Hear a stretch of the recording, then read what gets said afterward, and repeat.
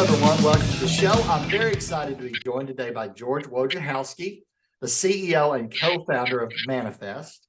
George and I share a passion in this sustainability space, and his company is doing very innovative things. So I was really looking forward to having him on the show with us.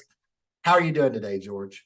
I'm doing great. Excited to be here as well, Andy, and to get on with our conversation. I'm looking forward to this. Absolutely. And I just want to give a special shout out to our sponsor, Cyberfuels. If you're looking to reduce the amount of money you spend on fuel by 26 to 95 cents per gallon while reducing emissions right at combustion and reducing repairs, please be sure and click on that link below. So to kick off our discussion, George, I'd like to go back to the beginning of Manifest. Where were you? Who were you surrounded with? What inspired you and your team to launch Manifest? Yeah, great question, Andy. So I've been in the fulfillment space for the better half of a decade, almost 10 years now. Previously, I was co-founder of a company called ShipBob. And to be completely transparent, it was a progression of customers are demanding it. If you look at the different buying trends in the consumer space right now, voting with or customers are voting with brands that match their ethos around sustainability, around social issues. It is a new customer loyalty. And businesses are demanding it as well because they want to make their customers happy, the people who buy their products, and they want to cultivate a loyal audience who supports their business and keeps coming back and supporting them. And then most importantly, the planet needs it. I've been, like I said, in the fulfillment business for a decade now. And it's still shocking to me that so much has changed in e-commerce over that 10 years. Yet fulfillment predominantly is done the same way that it was done 20, 25 years ago. Right. People don't understand small variables that make huge piles of difference. For example, most people wouldn't know or realize that something as simple as the plastic tape that's on the packages that arrive at most of our doorsteps takes 500 years, up to 500 years to biodegrade.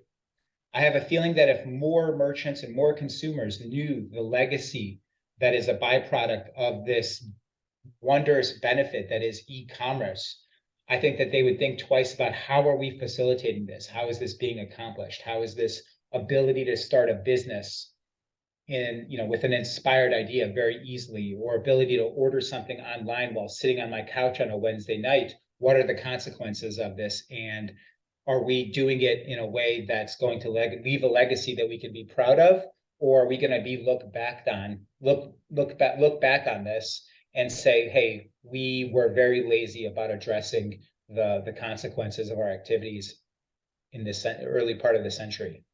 Absolutely. Well, I love the things that you guys are doing. It's so cool to see. And in talking offline with you, I understand that you only utilize biodegradable materials in your fulfillment operations. Can you tell us about that? Yeah, it was a really important first step. And so, it's important to understand that when we founded Manifest, we knew that we didn't have all the answers on day one. We viewed this as a journey, and it continues to be a journey, not only in our own innovations within our fulfillment centers and the partners that we're procuring and the board advisors that we have who are helping us craft more sustainable solutions, but it was as simple as getting started with the right steps in the right direction. And the first thing that came to mind is how do we address the packaging waste? I used to walk around our gigantic fulfillment centers and think to myself, if you put everything in here on a timeline, whatever timeline you choose, 1 year, 2 years, 4 years, every single thing in here is going to end up in the trash. Not only the products, but also the packaging, the vessels that we're using to deliver these products to millions and millions and millions of people per day. And it's pretty tragic when you think about it, because when you think about the velocity of e-commerce and how it's picked up, especially since COVID, you now have a world where my 71-year-old mom is very comfortable shopping online. And pre-COVID, she never shopped online for anything. And so we need a better solution and a better way to continue to facilitate e-commerce and the prosperity and the ease of use and the supposed fast and free lifestyle that comes with it. So the first step seemed to be like, okay, let's procure packaging that's going to be less harmful to the planet. Everything costs something. Even if it's biodegradable, it still comes from a tree. But let's start addressing these problems one by one and take this journey with sustainability as our North Star. So in the first months of starting Manifest, I had calls from South Korea to South Carolina trying to procure the most sustainable, environmentally friendly packaging. And it was successful. And it kind of started to give me a hint that part of the inertia that the 3PL industry has towards sustainability is just simply lack of trying.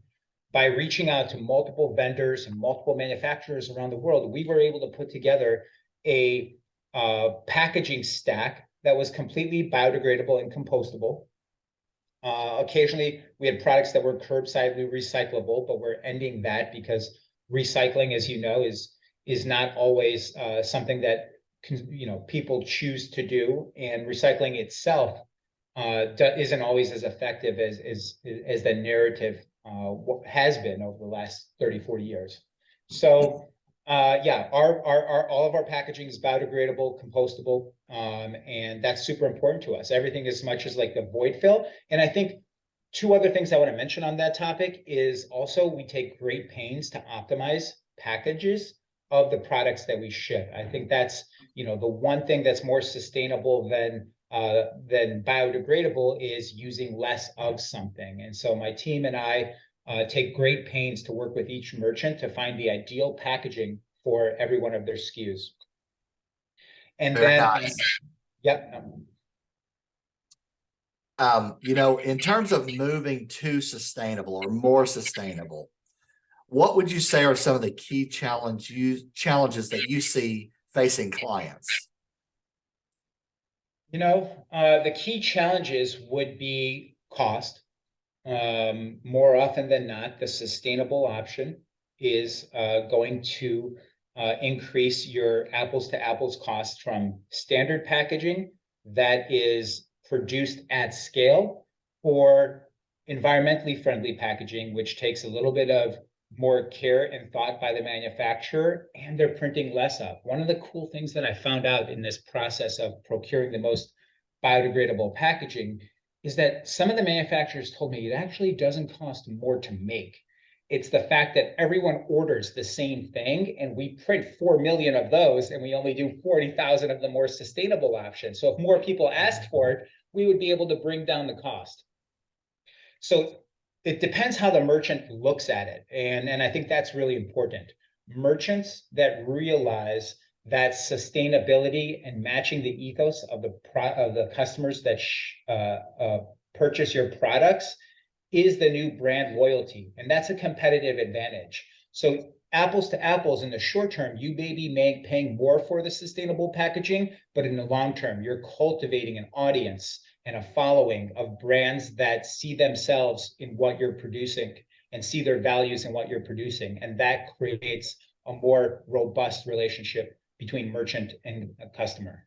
Right. So you get those same customers for longer periods of time and more products, I'm sure, as well, being bought by those same customers. So there's a benefit. There's a major league benefit, it sounds like. It's a competitive advantage. And I'll tell you, a lot of businesses aren't seeing it just yet.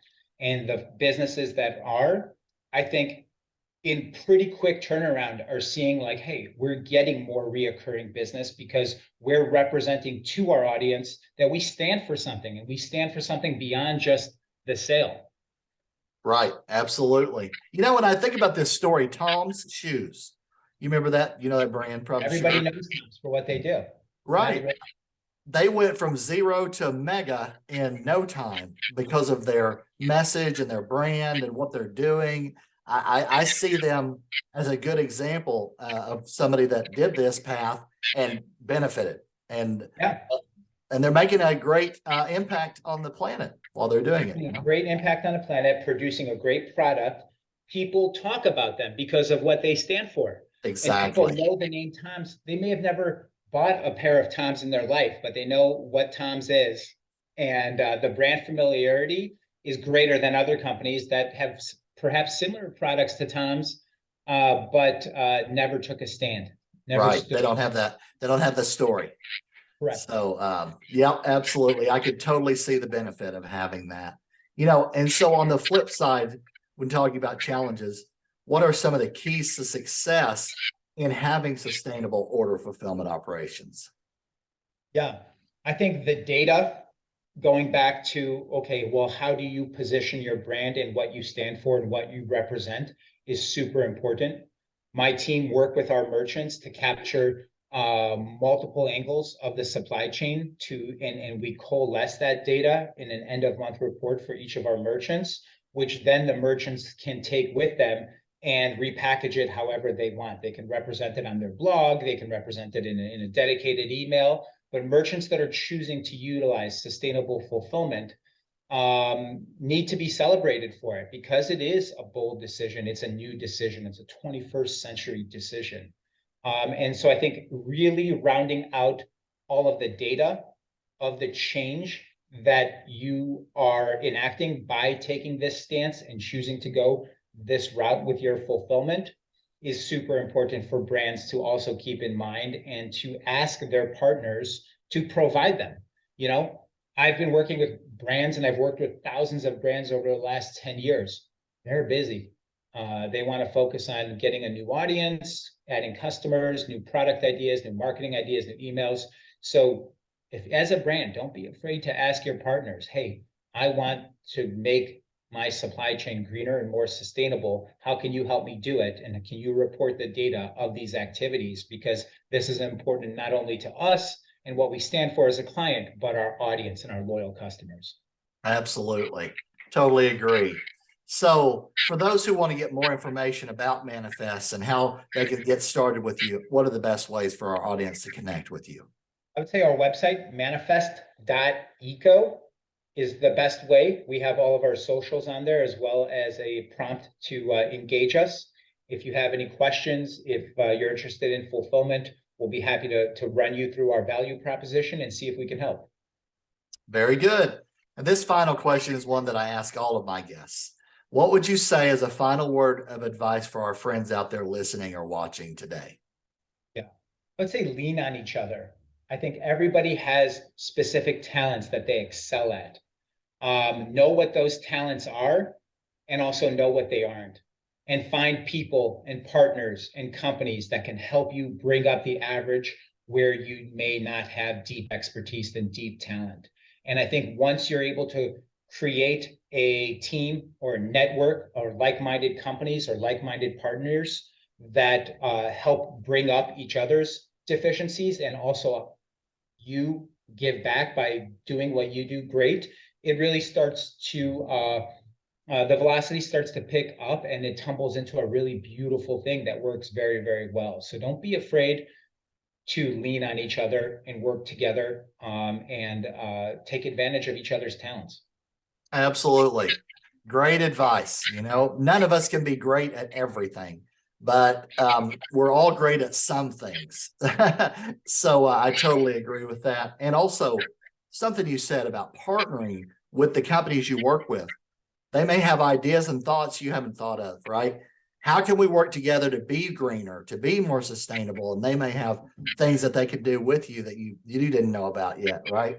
Yeah, We've learned learning that is ourselves. learning is such a big part of the journey for Manifest, and we've learned so much from other companies getting started over the last couple of years that are trying to solve similar problems at other parts in the supply chain. Now that we both put our discoveries together, it really fuses into an exciting thing. Absolutely. Well, that's going to do it for our show today. George, again, I really appreciate you coming on with me today. Of course, my pleasure. This has been great, Andy. Well, thanks for listening or watching, everybody, and we will see you again soon. Take care, everybody.